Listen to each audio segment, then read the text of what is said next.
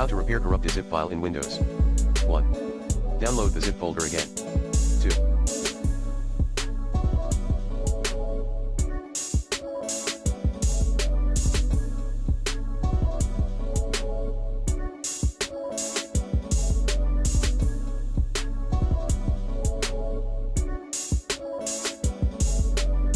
Repair using disk internal zip repair. 3.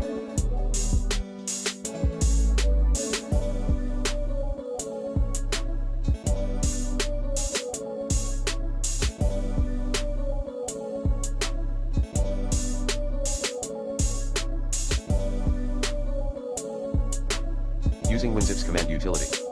For starters, you may go to the official support page for more help. 4.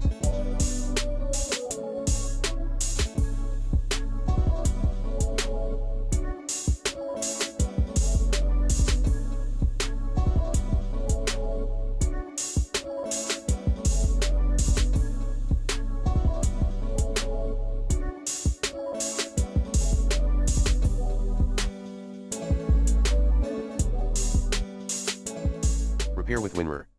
5.